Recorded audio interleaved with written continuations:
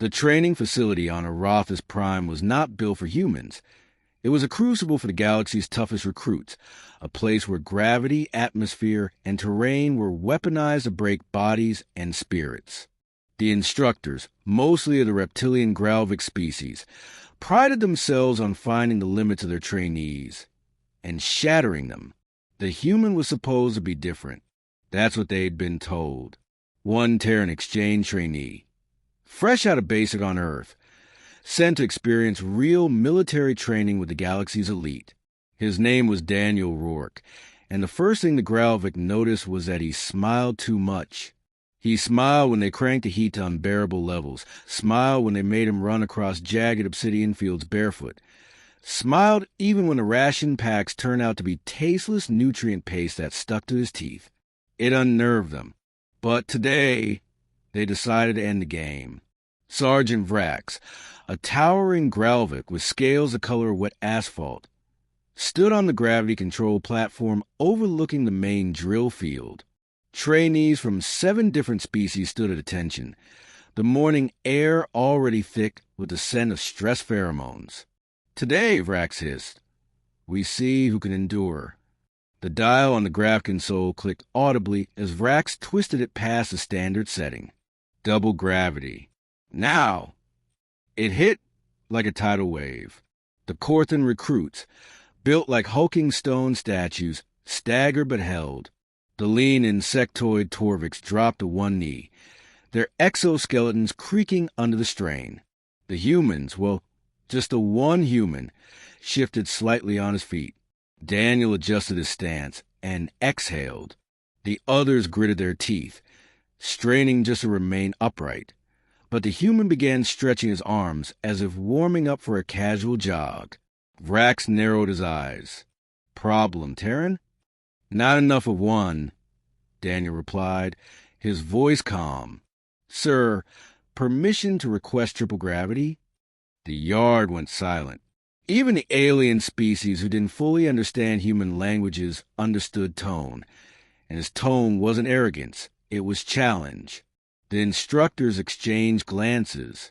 Triple, Vrax said slowly, his mandibles twitching, would crush most of you into the ground. Most of us isn't all of us, Daniel said, rolling his shoulders. Vrax flicked the dial. The field shimmered faintly as the gravity increased again, slamming down on them like an invisible mountain. Several trainees collapsed instantly, groaning.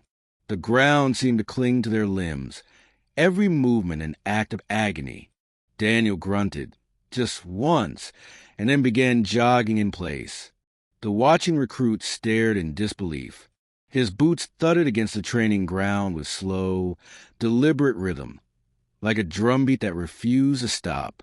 You're insane, panted a Corthan beside him, barely able to keep his knees from buckling. Probably, Daniel said. But my dad always said, gravity just means more of you to push against. He didn't explain further. He didn't talk about how his childhood had been spent on an orbital station with broken grav plating, where it sometimes fluctuated unpredictably from 0.8 to 2.5 G without warning. How?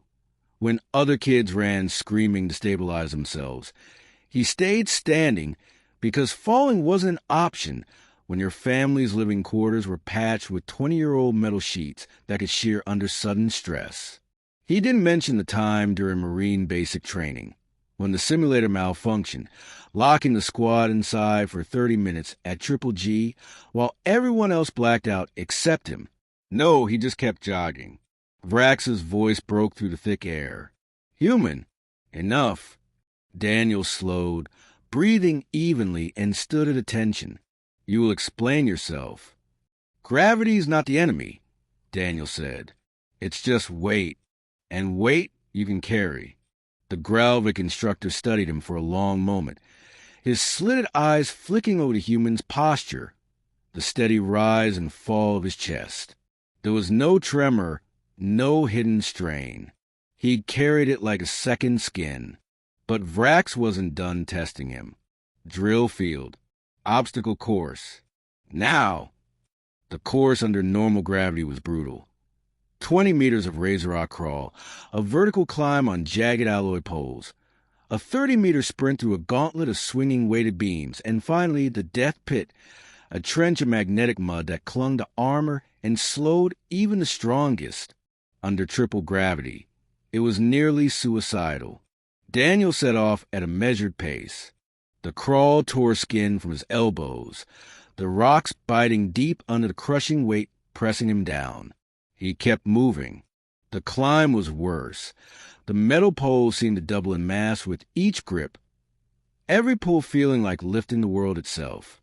Halfway up, he almost lost his grip, but his jaw tightened and he forced his hands to obey.